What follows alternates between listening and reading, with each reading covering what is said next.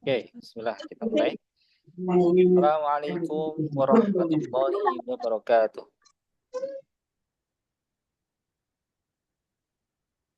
Alhamdulillahirabbil alamin. Wassalatu wassalamu ala Rasulillah sallallahu alaihi wasallam.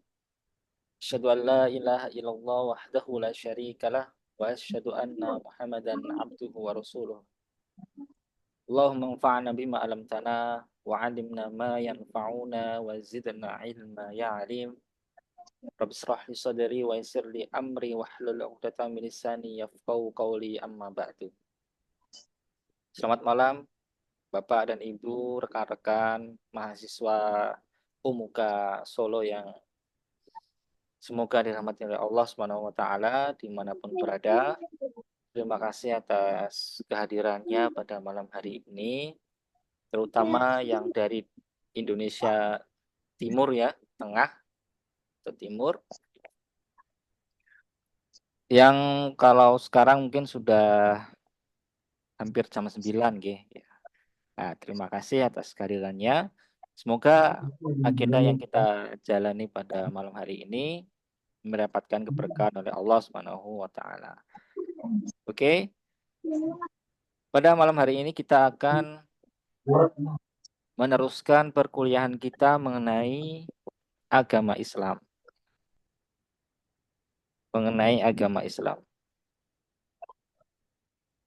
Kemarin kita sudah membahas sedikit mengenai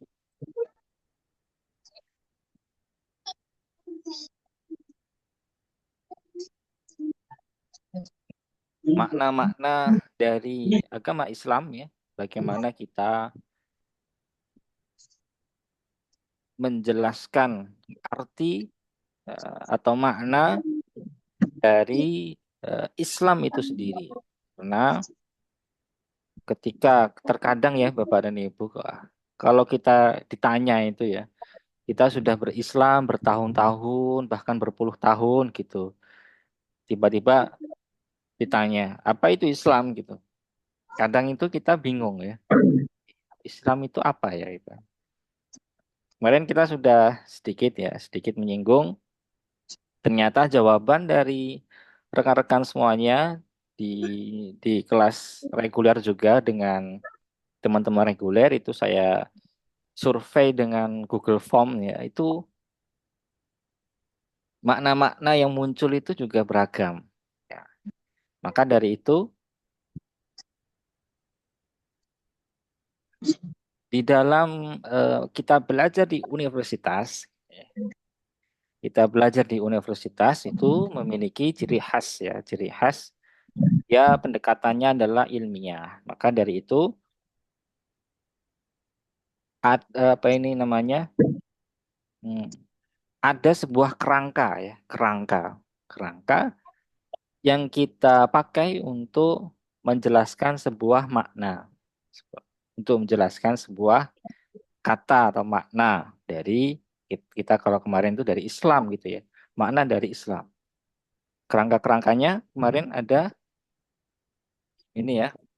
Yang pertama kemarin mengenai ini slide-nya sudah terlihat ya Bapak.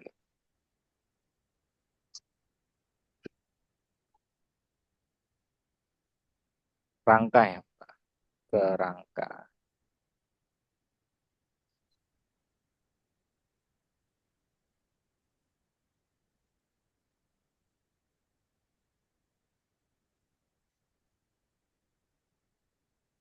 Kerangka dalam memahami makna. Ini sangat mendasar dan metodologis ya. Jadi tidak hanya di dalam kata Islam saja. Kemarin kita menyinggung Islam karena kita sedang kuliah agama Islam. Ini berlaku semuanya.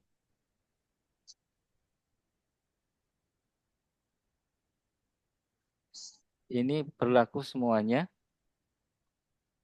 Oh,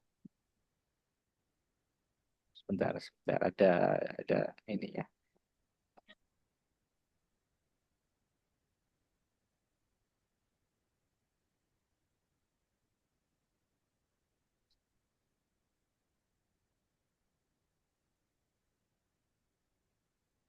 Sebentar, ada sedikit gangguan teknis ya sebentar ya.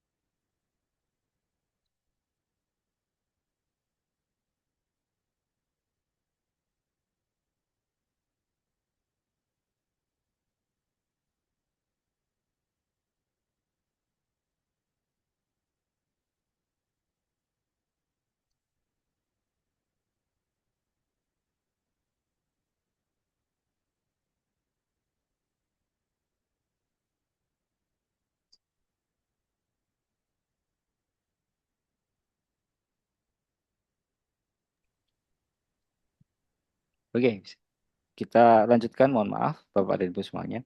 Kerangka dalam memahami makna ya. Makna ini berlaku untuk semua mata kuliah atau cabang ilmu pengetahuan. Misalnya di sini banyak mahasiswa akupuntur dan pengobatan herbal ya. Jadi apa itu akupuntur gitu? Misalnya kalau kita tanya, maka itu kita juga bisa memakainya dengan kerangka-kerangka ini. Yang pertama adalah kemarin kita sudah menyebutkan yang pertama dari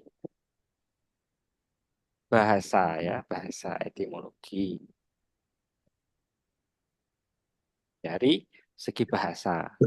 Yang kedua dari segi eh, apa ini namanya? Terminologi ya, terminologi, pengertian terminologi, terminologi. Yang ketiga, kalau dalam agama Islam dari Al-Quran dan Sunnah ya, dari Al-Quran dan hadis.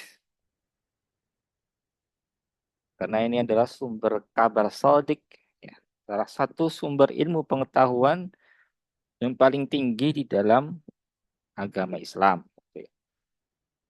Kemudian ada dari setelah itu dari para ulama,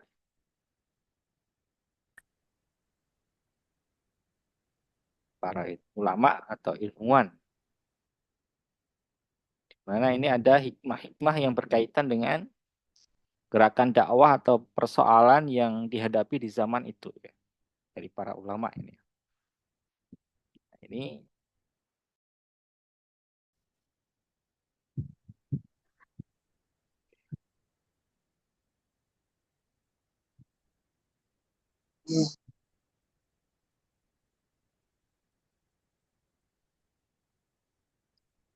oke.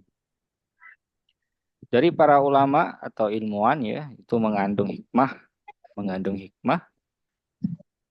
dari konteks ya, yang dihadapi ya, mungkin bahasanya seperti ini ya. Ya.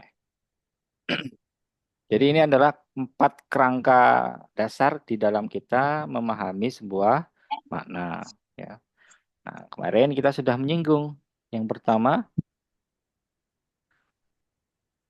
dari pengertian Islam dari terminologi etimologi ya. Ini sesuai dengan buku yang direkomendasikan sebagai diktat kuliah yang kemarin disampaikan oleh Pak Rektor di kita sementara mengambil dari Umsida itu. Yang pertama dibahas dari segi bahasa ya. Tapi semua rata-rata buku akademik seperti itu ya akan disinggung dari kata dulu. Nah, menariknya di dalam Islam itu makna dari sebuah kata itu tidak sederhana ya. Dia sangat mendalam.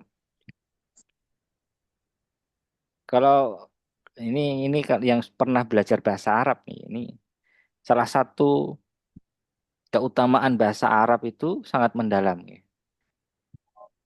Dalam kata-kata di dalam bahasa Arab itu ada istilahnya akar kata.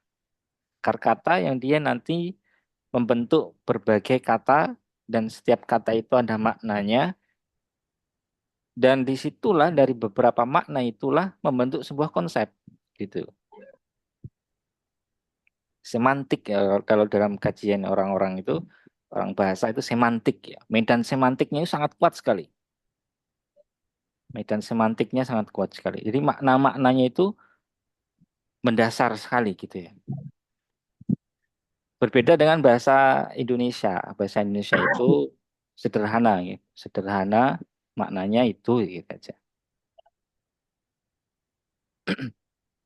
Ya, di sini itu bisa dibahas secara panjang lebar di bahasa ya. Nah, di sini kita bisa melihat contohnya Islam. Islam dalam pengertian bahasa berasal dari tiga kata yaitu sim, lam, dan mim. Dilihat dari serapannya, kata Islam berasal dari kata aslim ya. Yuslimu islamatan. Aslam, Islim, Islamatan. Aslama, aslama. Atau masdar dari kata aslama, Yuslim ya. Yang berarti tunduk, patuh, taat. Sedangkan dalam Al-Quran ada beberapa kata. Ini ini rangkuman saja ya. Jadi dari kata Islam itu kalau disederhanakan di dalam bahasa Indonesia ada tunduk, tapi dia juga patuh dan dia taat. Berislam maka dia bisa dikatakan bahwa orang itu adalah tunduk, tunduk dengan aturan Allah Subhanahu wa taala. Berislam bisa juga dengan patuh, gitu. Bisa juga dengan taat. Ya.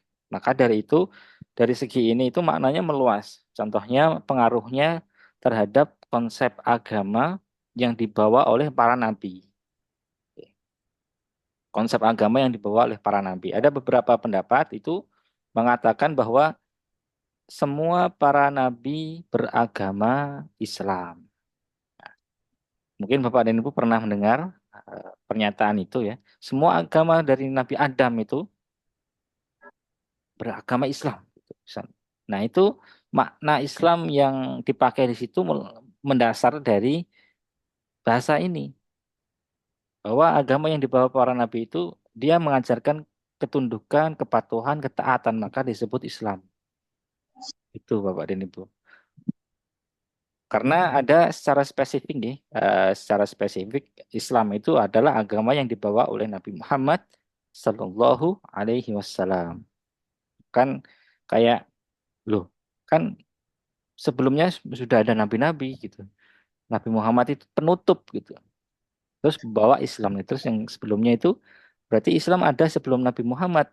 Ya, sebenarnya Islam itu dibawa oleh siapa kan jadi bingung ya. Karena itu kemarin juga ada dipertanyakan oleh mahasiswa di kelas reguler ya. Nah, itu pengaruhnya di situ. Jadi Islam secara bahasa sangat mendasar di situ. Jadi muncul beberapa pendekatan dan eh, pemaknaan yang membuat sebuah pernyataan bahwa semua para nabi beragama Islam. Terus di situ kita juga bisa menggali lagi makna-makna Islam dari Al-Quran. Bahwa di sini disebutkan setidaknya ada 5 ya. Berasal dari kata salim yang berarti damai. Berasal dari kata aslama yang berarti menyerahkan diri. Berasal dari kata istaslama, mustaslimun, penyerahan total kepada Allah Subhanahu wa taala. Berasal dari kata salim yang berarti bersih dan suci. Berasal dari salam yang berarti selamat dan sejahtera. Ya, itu yang ada di eh, dosen-dosen yang menulis buku di Umsida itu yang menjadi buku diktatnya itu. Tapi di kalangan cendekiawan Muslim ya, di kalangan para pengkaji studi Islam, memang ada beberapa pendapat juga Bapak dan Ibu. Karena ini berkaitan dengan pemaknaan sebuah kata, jadi sejauh mana orang itu juga menguasai ilmu bahasa. Kalau buku Minhaj yang ditulis oleh Prof. Hamid Fahmi Zarkasi, Islam dikelompokkan menjadi 3 makna utama. Berislam adalah tunduk, kemudian berislam adalah berserah diri, Dan ketiga, berislam adalah menyelamatkan. Dari tiga makna utama ini baru dijelaskan makna-makna turunannya. Gitu. Nah, itu pendekatan-pendekatan bagaimana kita memaknai sebuah konsep, ya, konsep dari agama Islam. Nah, ini pendekatan dari bahasa. Ya.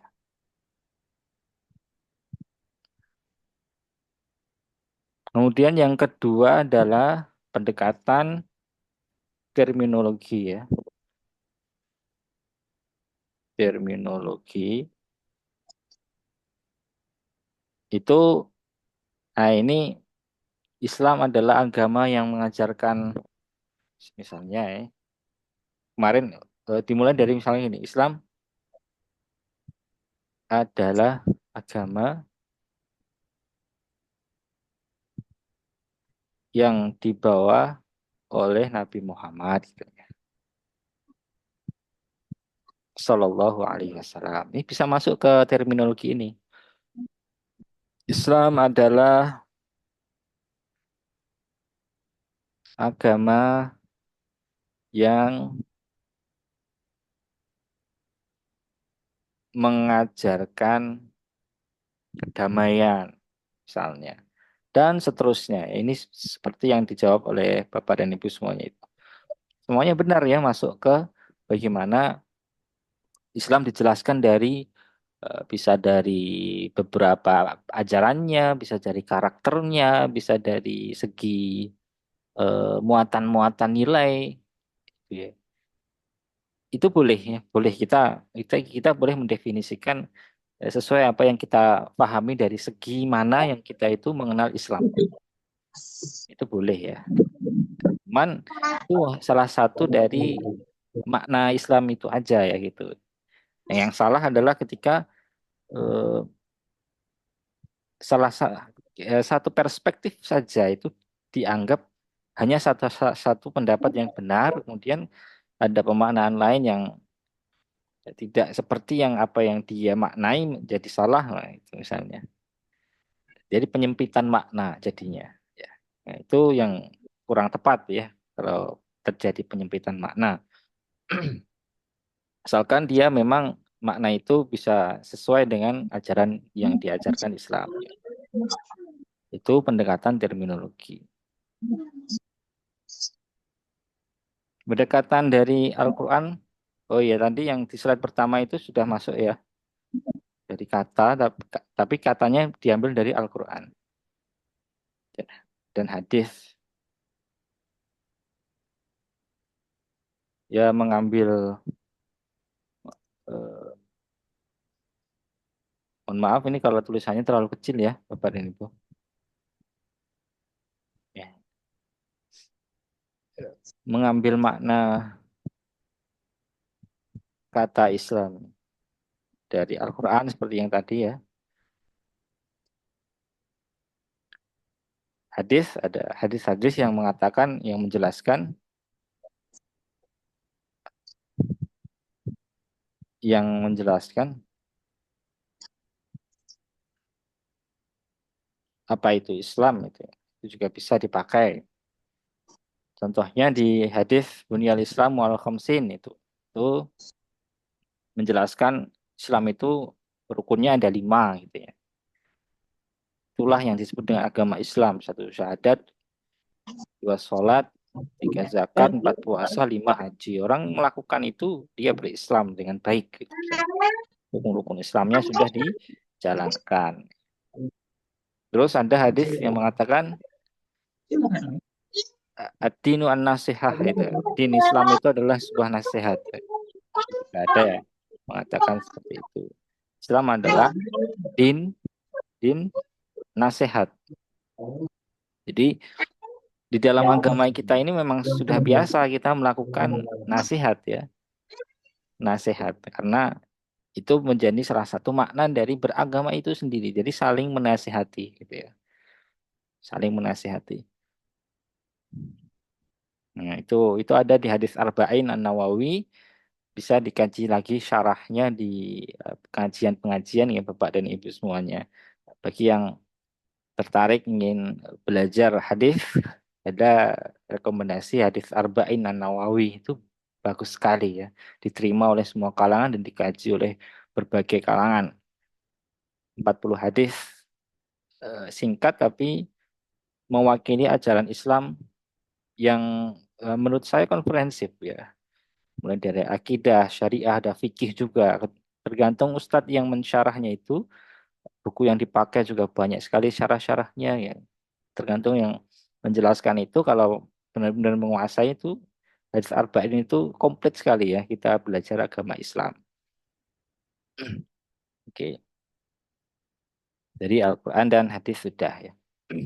Seperti itu. Kemudian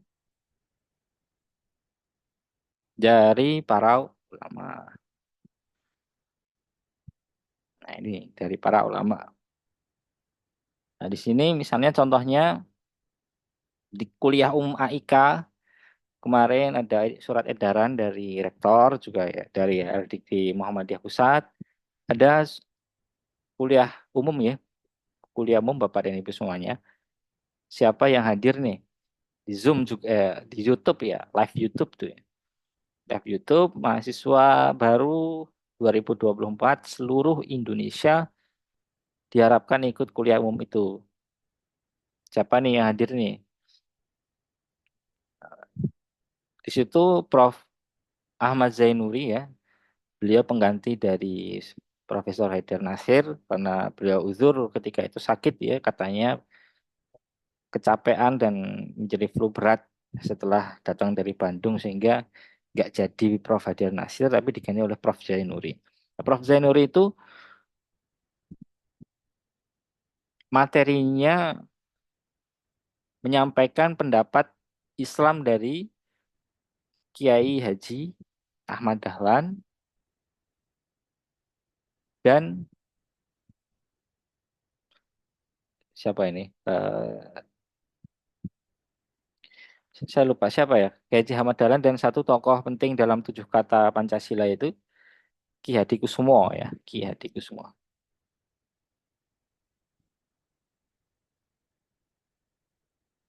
Nah, menurut beliau Islam adalah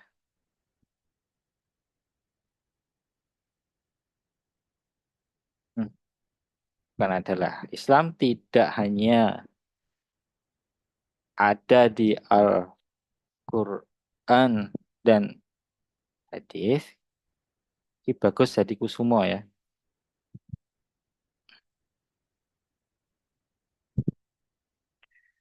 Islam tidak hanya ada di Al-Quran dan hadis, tetapi pada akhirnya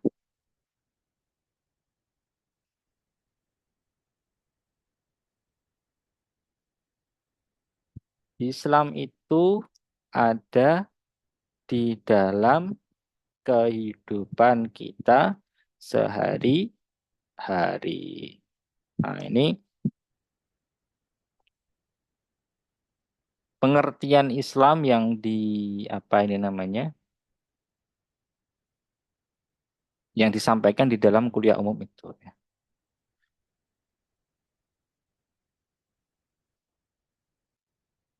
Nah, Islam tidak hanya ada di Al-Quran dan hadis, tetapi pada akhirnya Islam itu ada di dalam kehidupan kita sehari-hari. Jadi di sini penguatan bahwa Islam adalah agama amali ya. Gimana ya? Agama yang apa ini namanya? Perlu diamalkan gitu ya. Bukan hanya teori saja.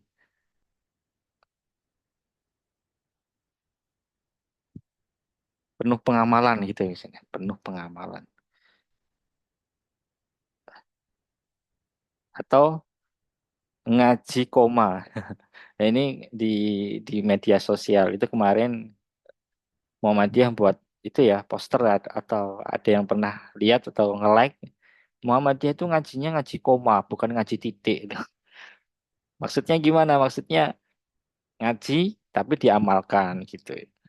Ya itu memang ajaran dari Kiai Haji Ahmad Dahlan dan para ulama Muhammadiyah, salah satu kekhasan yang ditekankan bahwa eh, kekhasan yang ditekankan dalam kita belajar Islam itu adalah pengamalan, pengamalan.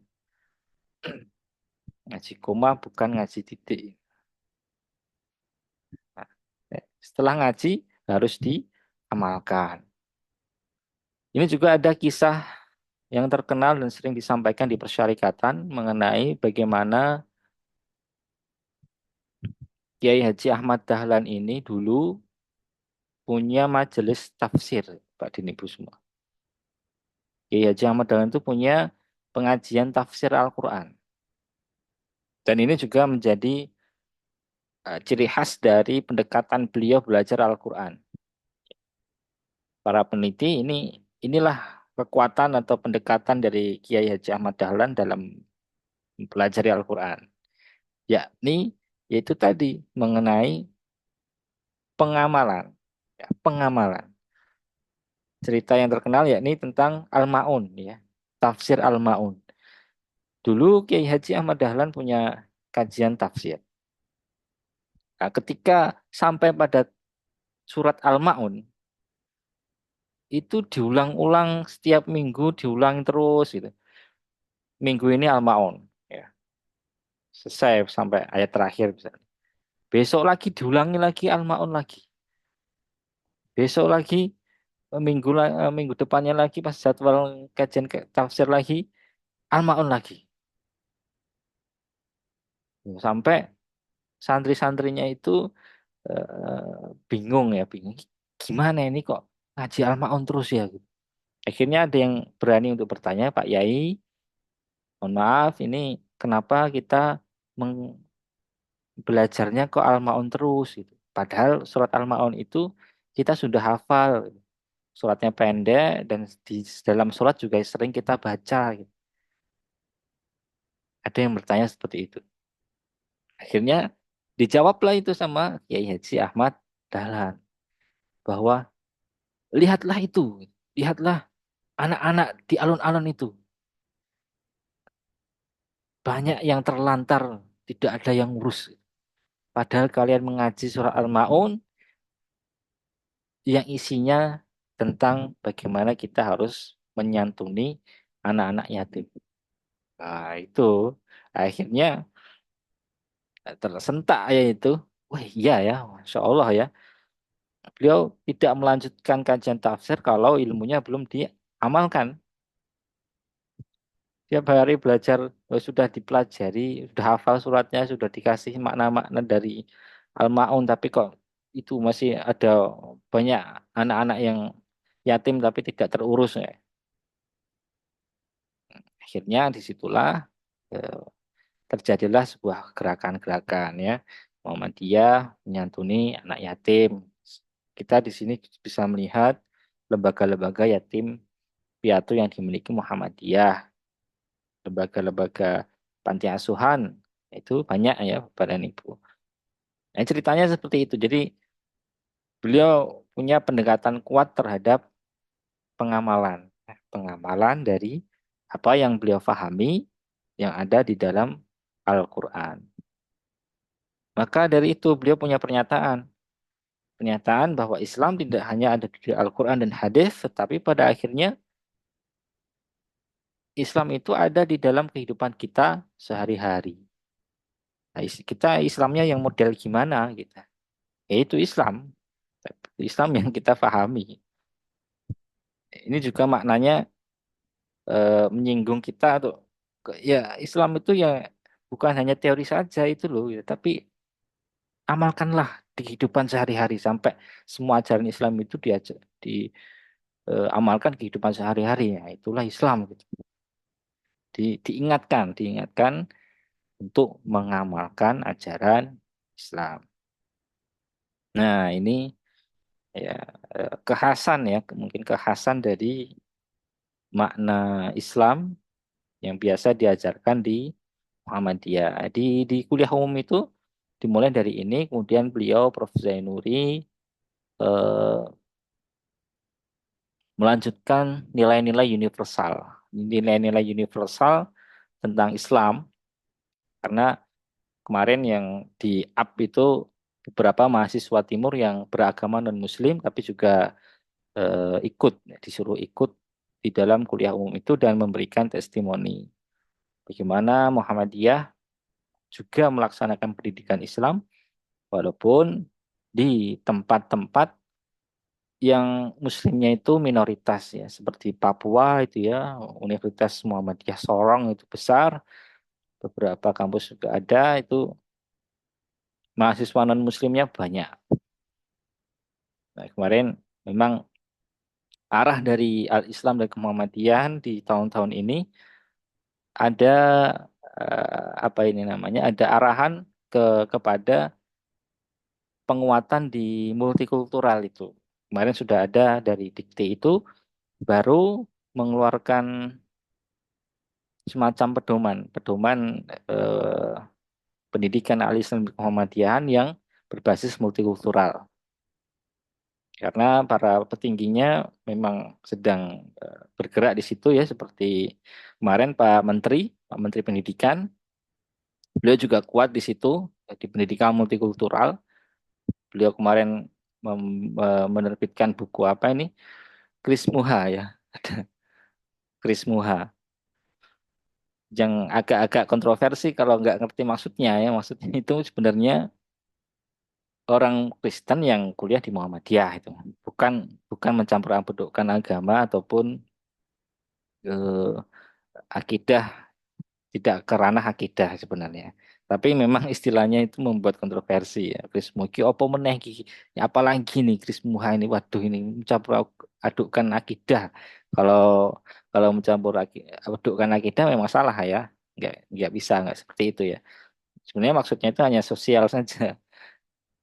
Nah, itu yang kemarin sedikit agak rame ya di kalangan teman-teman di studi Islam. Nah, itu sedikit tambahan ya dari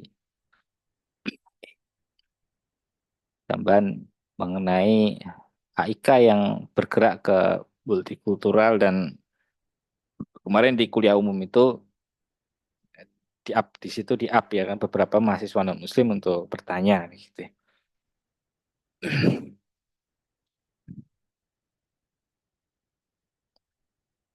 Nah,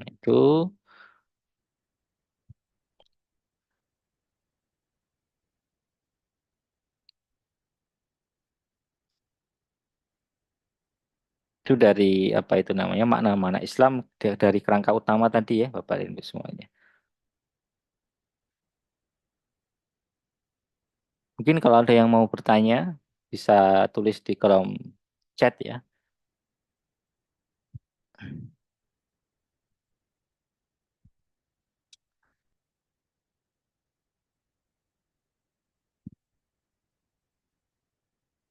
Ini yang non muslim jadinya nggak ikut kuliah ya? Malam ini kira-kira yang non muslim ada yang ikut kuliah? Bisa bisa konfirmasi lewat chat.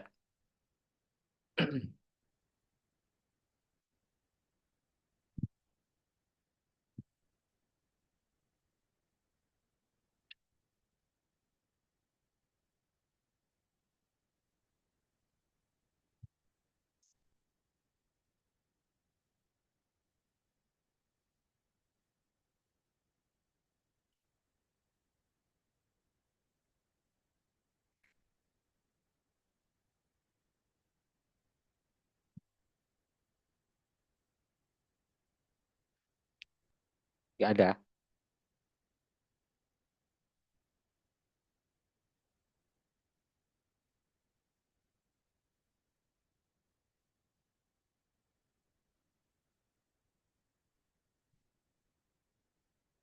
Ada ya. Nah, kirim direct message ya. Hmm. Jadi ada yang non muslim juga ya pada malam hari ini ya. Oke. Ya, terima kasih ya sudah ikut kuliah The Religion of Islam. Tip. Oke, kalau tidak ada yang tanya, saya akan sedikit melanjutkan materi ya.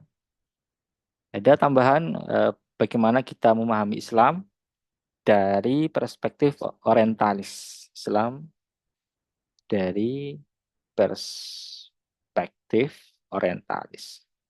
Orientalis itu orang-orang non-Muslim, orang-orang Barat yang mengkaji dunia Timur, yang salah satunya adalah agama Islam. Atau outsider itu mungkin. Outsider. Outsider maksudnya outsider ini ya, orang di luar Islam gitu ya. Para peneliti dari orang Islam. Nah, ini ada beberapa hal yang perlu kita pahami bahwa pemaknaan-pemaknaan yang eh, dicoba untuk dimunculkan itu menjadi kurang tepat ya. Contohnya kita mengevaluasi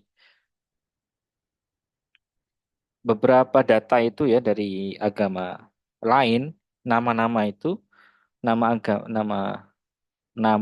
agama beraso, berasosiasi dengan apa ya sebutnya ya, nabi ya, nabi, kemudian ada atau pendiri, kemudian dari ras ataupun tempat.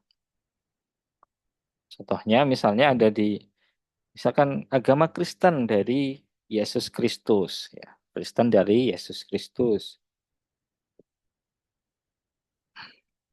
Kristen dari Yesus Kristus. Kemudian ada lagi Buddha dari pendirinya yaitu Buddha Gautama. Buddha dari pendirinya. eh Ya, Buddha, Buddha Gautama. Zoroaster juga dari Zoroaster. Zoroaster. Zoroaster dari pendirinya namanya Zoroaster juga. Kemudian ada lagi Yahudi dari nama ras suku Judah dari negeri Judea. Yahudi.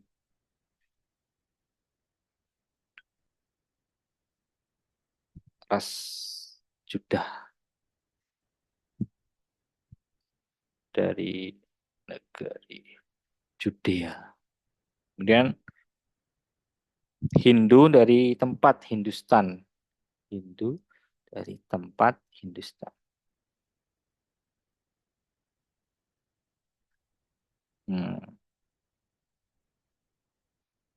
Bagaimana Islam? Kalau di dalam pendekatan ini, dari pendekatan penamaan seperti itu, kalau kita bertanya beberapa apa ini namanya peneliti ya,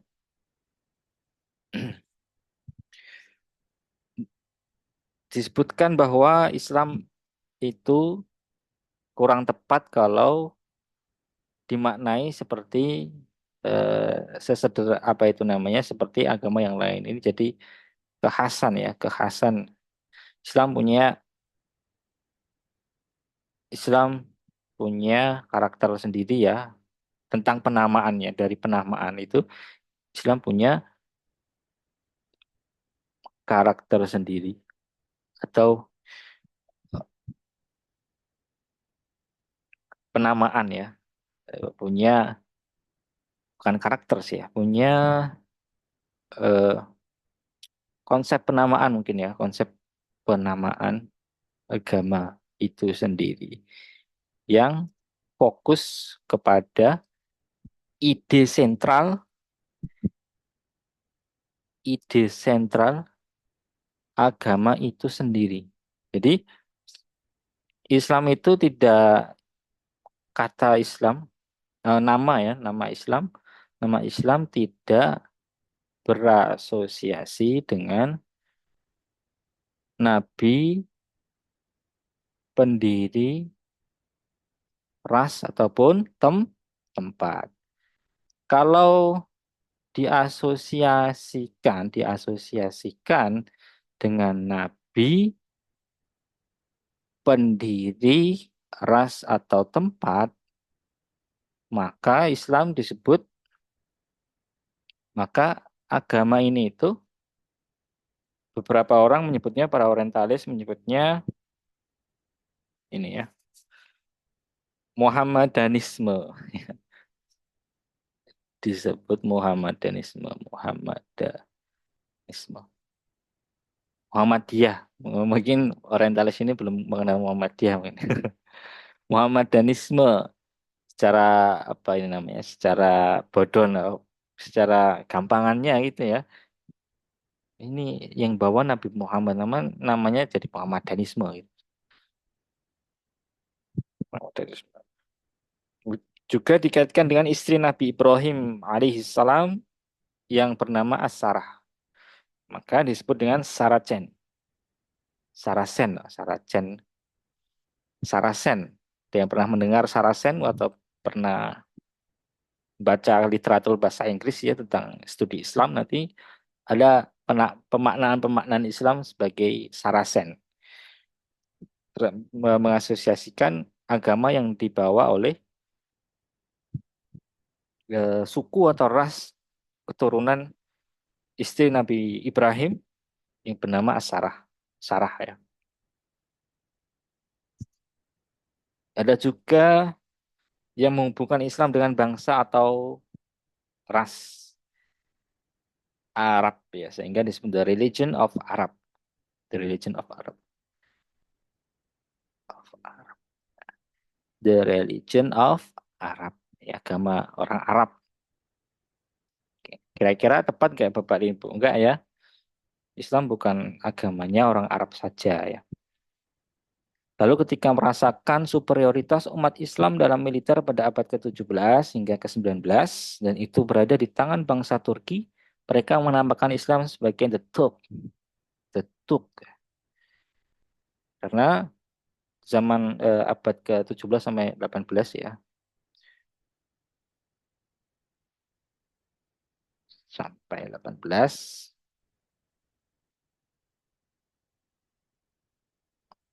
ada kerajaan Turki menguasai dunia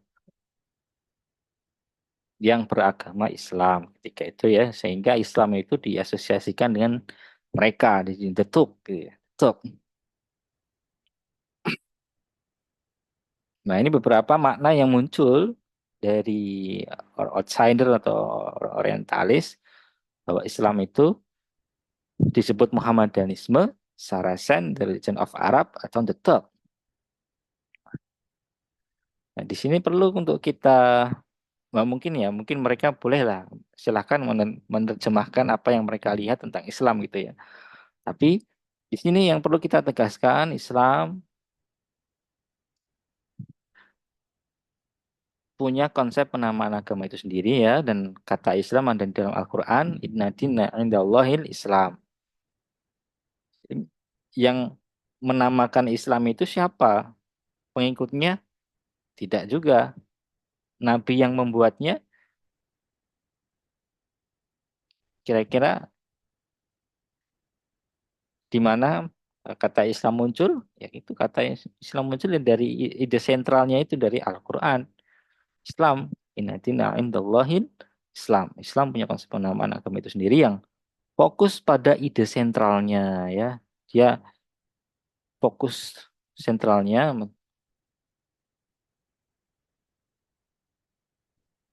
nama Islam tidak berorientasi dengan nabi, beli dan ras tempat, maka Islam dapat disebut sebagai sebuah konsep ya, konsep, sebuah konsep. Jadi Islam itu sendiri itu memiliki konsep ya, konsep yang kalau kita pelajari satu semester ini cukup ya sebenarnya kalau kelas apa itu namanya kelas reguler setiap minggu kita ketemu hanya membahas tentang Islam itu sendiri dari sejarahnya, kemudian dari penamaannya, maksud-maksudnya gitu bisa itu dijelaskan satu satu semester itu bisa itu ya. Karena memang sangat luas sekali ya konsep Islam itu luas dan ketika orang itu gagal memahami konsep dari Islam biasanya akan mudah terkontaminasi dengan isme-isme selain Islam. Isme-isme yang datang dari Barat, misalnya sekulerisme, liberalisme, itu bisa dengan mudah menggerogoti pemikiran kaum muslimin. Kenapa? Karena dia gagal memahami Islam sebagai konsep. Ya, ya, seperti itu.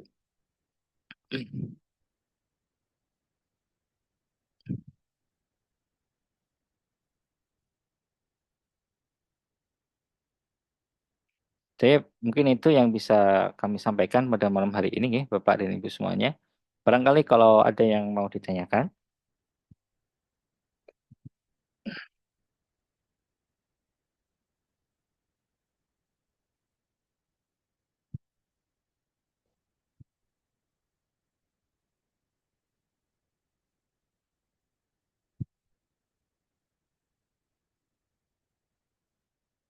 sudah 20.35 ya. Kalau di Wita sudah setengah 10 malam ya. Tidak ada yang tanya. Kalau tidak ada yang tanya, bisa kita akhiri agar Bapak dan Ibu semuanya juga melanjutkan aktivitasnya. Kalau ada yang ingin istirahat atau ada yang mau nugas, kerjakan UTS, UAS, J, ada yang mau bertanya, Mas Deva.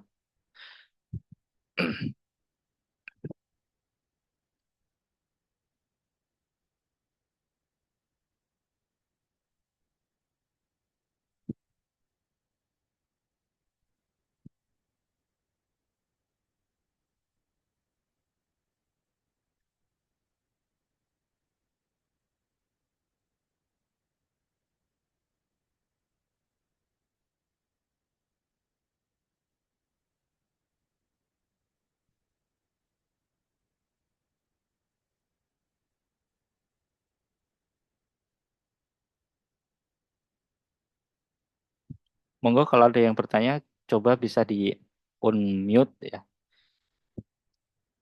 Pertanyaannya yang simpel-simpel saja ya Bapak dan Ibu semuanya. Jangan yang sulit-sulit.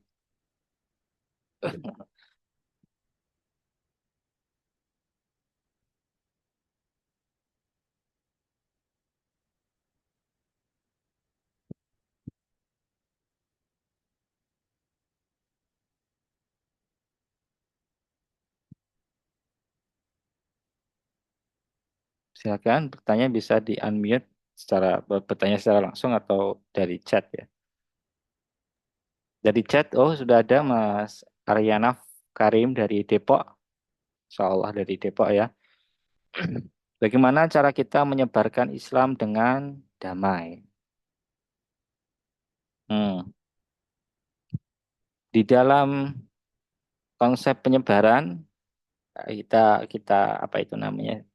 Kita mempengaruhi ya, mempengaruhi orang lain dengan damai maka yang pertama kita harus punya kedamaian itu ya Mas Aryanaf itu ya. Kita temukan kedamaian dalam Islam itu Mas. Damai itu harus kita dapatkan di dalam diri kita. Kita benar-benar merasakan kedamaian yang mendalam gitu ya tentang Islam. Dan saya sepakat ya ini agama ini harus Bapak dan Ibu semuanya silahkan ya kita bareng-bareng semua belajar ya. Terus mencari kedamaian atau sampai kepada level kita bahagia dunia dan akhirat itu benar-benar bisa tercapai dengan beragama. Dan itu memang salah satu juga tujuan beragama ya. Apa itu namanya? Bukan Islam itu ada prinsip salah satunya prinsip pertengahan. prinsip pertengahan, Bapak dan Ibu semua. Eh, Adil, konsep hikmah. Jadi kita juga bisa memulai dari konsep adab. Kita beradab terhadap diri kita, beradab kepada Allah dengan hikmah, dengan adil. Jadi di situ ada pembahasan kita mengenali diri kita sebagai manusia, ya, manusia yang punya kekurangan, konsep manusia di dalam Al-Quran sebenarnya di semester ini juga kita membahas konsep manusia. Tapi nanti apakah sampai ke situ, kita, karena waktunya kita sangat terbatas nih Bapak dan Ibu. Kita mengakui diri kita sebagai manusia itu punya hawa nafsu, ya, punya kekurangan. Ada kalau Imam Ghazali ada 4 sifat utama itu ya. Di situ salah satunya misalnya itu deh, emosi atau keinginan.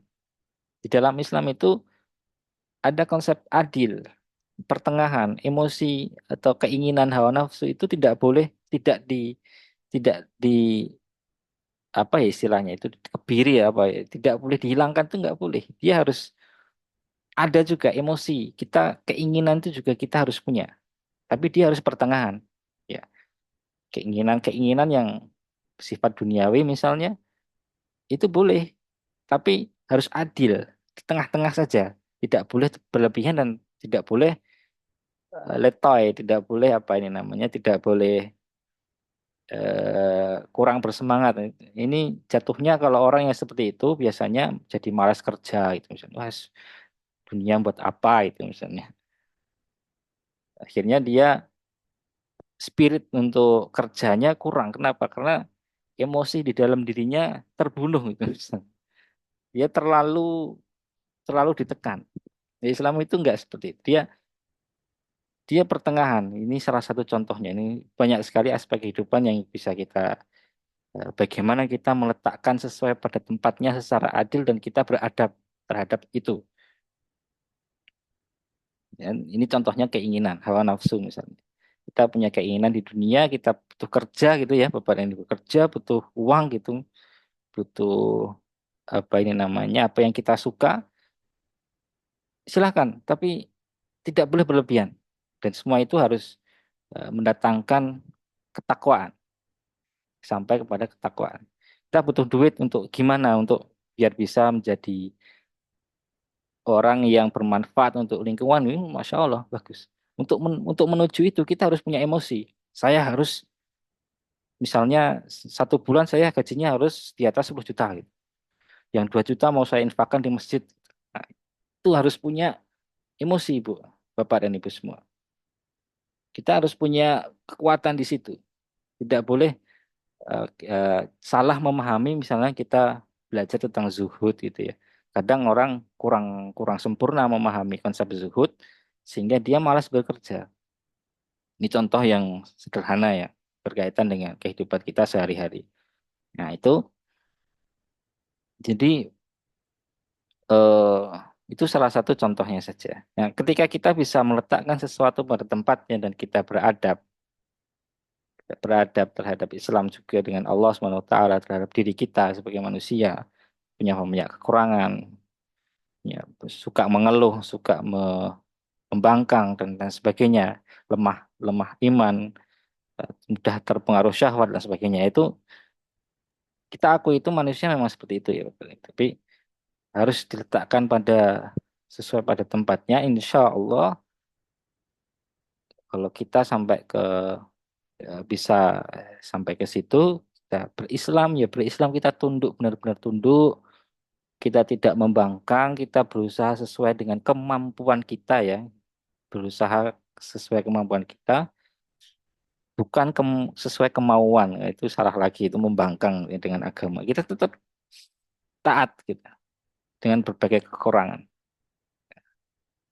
Kemudian semoga kita menemukan kedamaian di situ. Kita beragama, ya kita bisa menjadi orang yang bermanfaat di semua kalangan gitu ya. Jadi kehadiran kita itu disukai oleh banyak orang gitu kan. Jadi ketika kehadiran kita, kita sendiri sudah merasakan damai, kemudian kita berinteraksi dengan orang lain, itu juga orang lain nyaman dengan kita, sebagaimana makna Islam damai mendamaikan itu ya.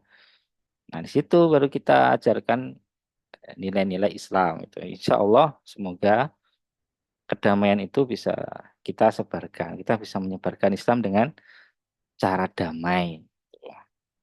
Seperti itu ya mungkin ya. Menarik itu ya. Kalau cerita-cerita eh, wilayah yang berislam itu ya, kalau kita kaitkan dengan politik gitu ya. Mengislamkan Nusantara itu misalnya, itu kan berkaitan dengan wilayah. Itu tidak ada peperangan ya Bapak dan Ibu. Islam sangat bisa masuk masuk ke dalam jantung dari sistem pemikiran atau worldview gitu ya. Kalau para peneliti dunia Melayu itu memang memang Islam, para ini cerita ya, memang datang itu mengajarkan fikih ya. Misalnya Wali Songo itu misalnya ya, atau siapapun yang datang ke Nusantara kemudian mengajarkan Islam dimulai dari fikih. Fikih itu sangat sangat luar, ajaran Islam yang sangat praktis, praktis yang tata cara ibadah yang apa ini apa itu namanya ya, sederhana ya, tata cara ibadah gini gini. Ternyata para peneliti itu menemukan muncul karya-karya seni yang terutama berkaitan dengan kata-kata ya, makna ya, syair ya, syair ada beberapa eh, pembawa syair-syair atau langgam Jawa, kalau di Jawa misalkan. Nah, ini dunia Melayu tidak hanya di Jawa, ada di Malaysia. Jadi ada syair-syair itu dulu terkenal ya. Banyak syair-syair yang terkenal. Yaitu syair-syair itu membawa pandangan dunia Islam. Contohnya tadi misalnya makna adil atau makna adil misalnya. Contohnya di Indonesia, kata bahasa Indonesia itu dulunya nggak ada Sanskerta atau bahasa apa itu. Bahasa Indonesia itu dari akar bahasa apa itu? Melayu toh. Itu nggak ada kata adil. Ya, adil itu yang ada hanya di dalam Islam. Maksud adil gimana? Ya dari ajaran Islam. Tapi sekarang kan kata adil oleh para pendiri bangsa juga dipakai di instrumen pembangunan bangsa, misalnya adil dan beradab gitu ya. Itu dipakai. Tapi untuk memahami konsep-konsep itu harus melalui dari Islam. Dan itu yang Islam masuk ke Nusantara seperti itu ya. Tidak tidak dari peperangan tapi dari dakwah-dakwah yang bisa dikatakan damai ya sebenarnya. Dari wayang dan sebagainya itu ya. Itu luar biasanya para ulama dulu ketika dakwah di Nusantara ya. Oke, mungkin itu ya. Kemudian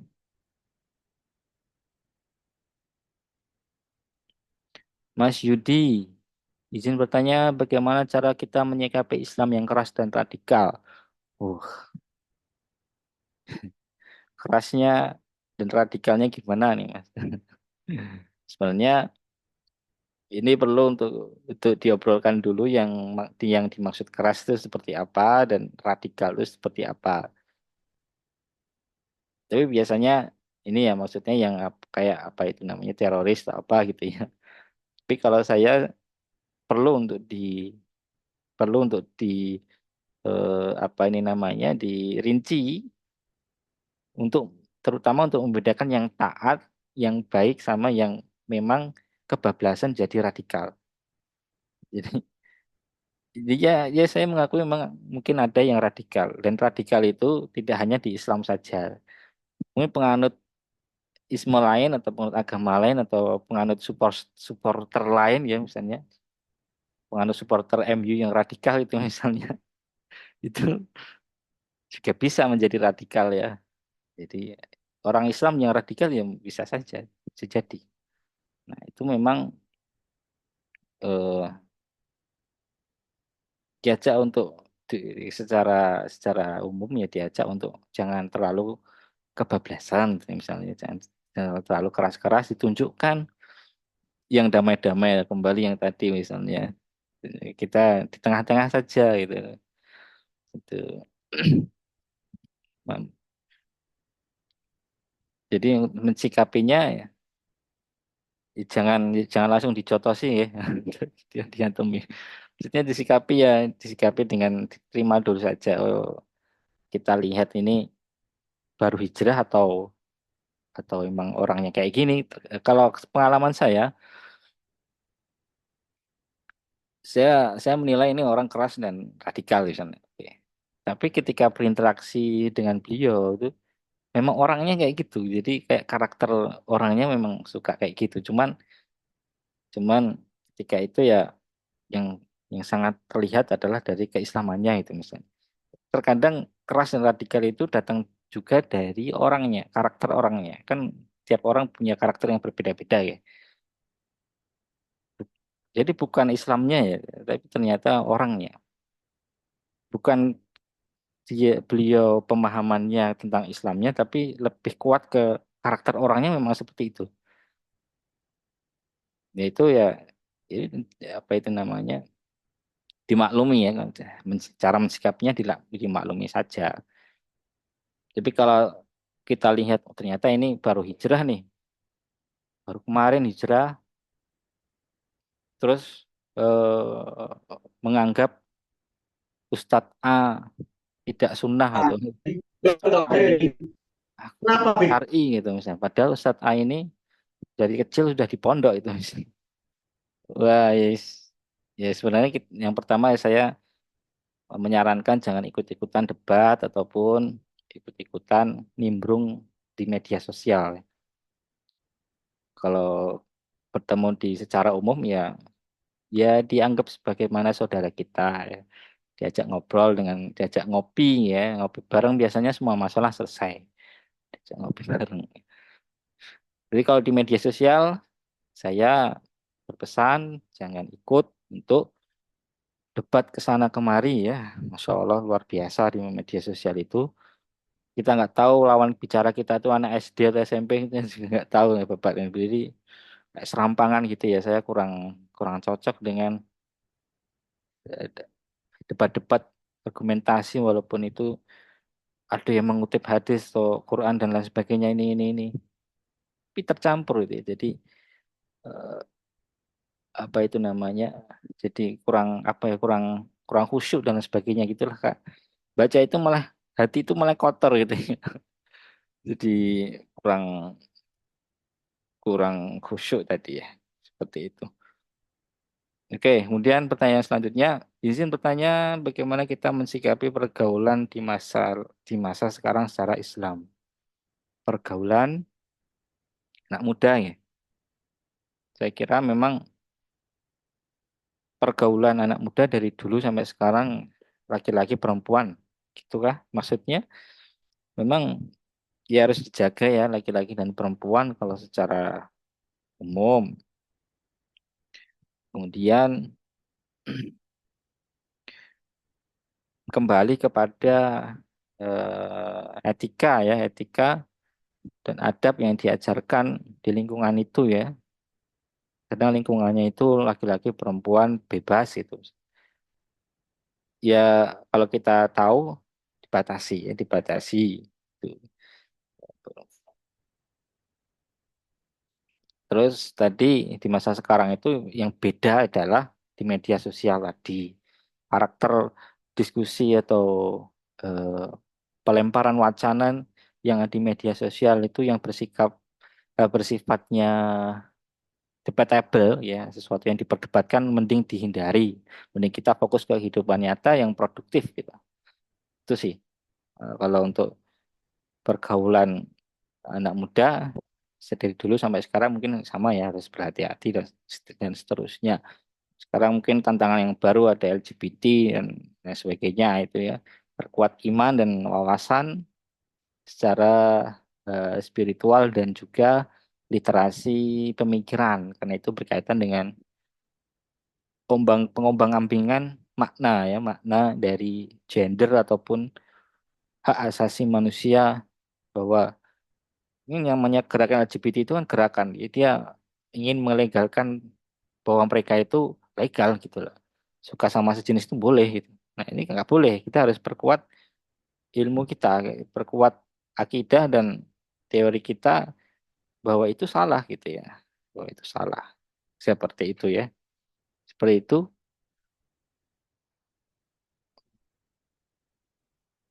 Mungkin itu ya yang bisa saya sampaikan pada malam hari ini kepada ibu semuanya. Terima kasih sudah berkenan untuk ikut kuliah pada malam hari ini dan terima kasih pertanyaannya.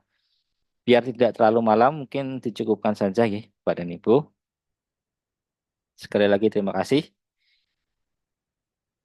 Ya, presensinya sudah saya share di grup ya tadi, grup WA. Nanti silahkan diisi ya, selonggarnya saja diisi dan diisi secara jujur saja. Nanti akan saya lihat presensinya. Terima kasih atas partisipasinya pada malam hari ini. Kurang lebihnya kami mohon maaf. Kita tutup dengan hamdalah dan doa kafaratul majlis. Alhamdulillahirabbil alamin. Subhanakallahumma wa bihamdika asyhadu an la ilaha illa anta astaghfiruka wa atubu Terima kasih, Terima Pak. kasih Pak Assalamualaikum Dosen. warahmatullahi Terima wabarakatuh. kasih Pak Waalaikumsalam dosen. warahmatullahi Waalaikumsalam wabarakatuh. warahmatullahi wabarakatuh. Terima Terima kasih, kasih, Pak. wabarakatuh. Waalaikumsalam warahmatullahi Waalaikumsalam wabarakatuh. warahmatullahi wabarakatuh. Terima Oke, kasih, Pak Dosen. Terima kasih Pak. sama-sama, Wassalamualaikum Mbak. warahmatullahi wabarakatuh Pak Wassalamualaikum dosen. warahmatullahi Waalaikumsalam. wabarakatuh. Terima kasih, Pak. Terima kasih, Pak. Waalaikumsalam warahmatullahi wabarakatuh. Makasih, Pak. Selamat istirahat.